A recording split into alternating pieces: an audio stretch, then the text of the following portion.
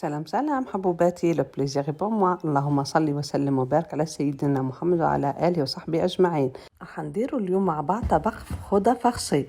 راح نبدا نديزوسي الفخوده تاعي كيما راكم تشوفوا. نعدلكم الطريقه بالتفصيل للمبتدئات.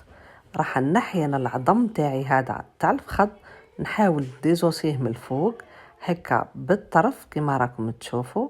راح نفصل اللحم يعني الدجاج على العظم، ونخلي هذيك الجلدة نردها مع اللحم هكا ما نقطعهاش، ونردهم الكل.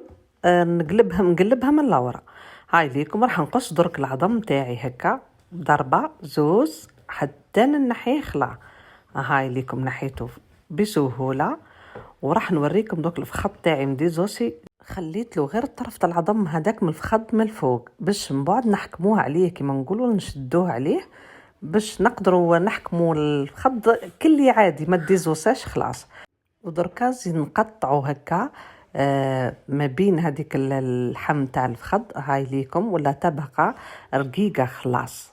ديزوسيد زوز فخوده، وهذاك الطرف الصغير هذاك جوست في المسلان ديزوسيتو حتى هو راح ندير له طرف لافارس دركا راح جبت طرف فيونداشي ومعدنوس الصوص الصغير، وديبتي مورسو تاع البصل قصيتهم صغار، زدت لهم طرف ملح وفلفل الكحل.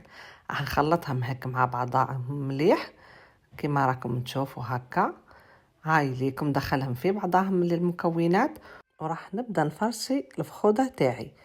هاي ليكم ديت مخصو صغير، راح نحاول نوزعه هكا كيما راكم تشوفوا هكا. نوزعه على نص تاع الفخذ كيما نقولوا. وراح نزيد له حبوباتي جبنه. انا خيرت، انتم اختياري ديما نقول لكم. جبنه الموتزاريلا شريتها من السامباك والله لما 35,000، والاصليه هاي ليكم شريت طرف هذا 32,000. جبنه الموتزاريلا اصليه. هاي كيفاش تجي. راح نلمها مع بعضها. شوفوا كيف ما نحكم الجهه السفلى نحاول ندورها بشوي، نلمها مع بعضها باش ما تسيحليش لافاخس. نلمها بالشكل هذا ونزيد نحط فوق منها الجهه الاخرى. هاني قفلتها، ودرك نلحق الجلد هذيك اللي كنت ما قطعتهاش قلبتها برك. نحاول نعدلها نردها كيما كانت. شوفوا كيف ماش. هاي ليكم واللالي فخذ كلي ما تقص ما ديزوسا ما تنحى منه العظم. شوفوا كيف ماش. راح نحطه في البلا تاعي ولا في المول تاعي اللي راح نطيب فيه. نكمل نخدم الاخرين. بعد ما درت حبوباتي المول تاعي بطرف زبده ولا ديرولو طرف زويته. هاني كملت الفخذ راح نحطه في بلاصتو. شوفوا كيف ما عليكم جاء هايل. شوفوا داك الشكل ربي يبارك.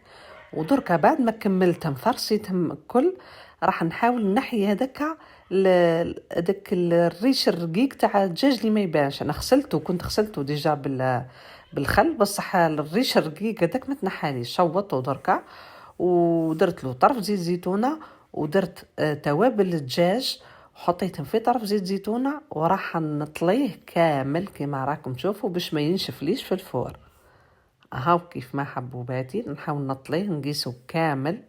وانتم لا عدتوا عائله كبيره ربي يبارك ولا تنجموا تضاعفوا الكميه.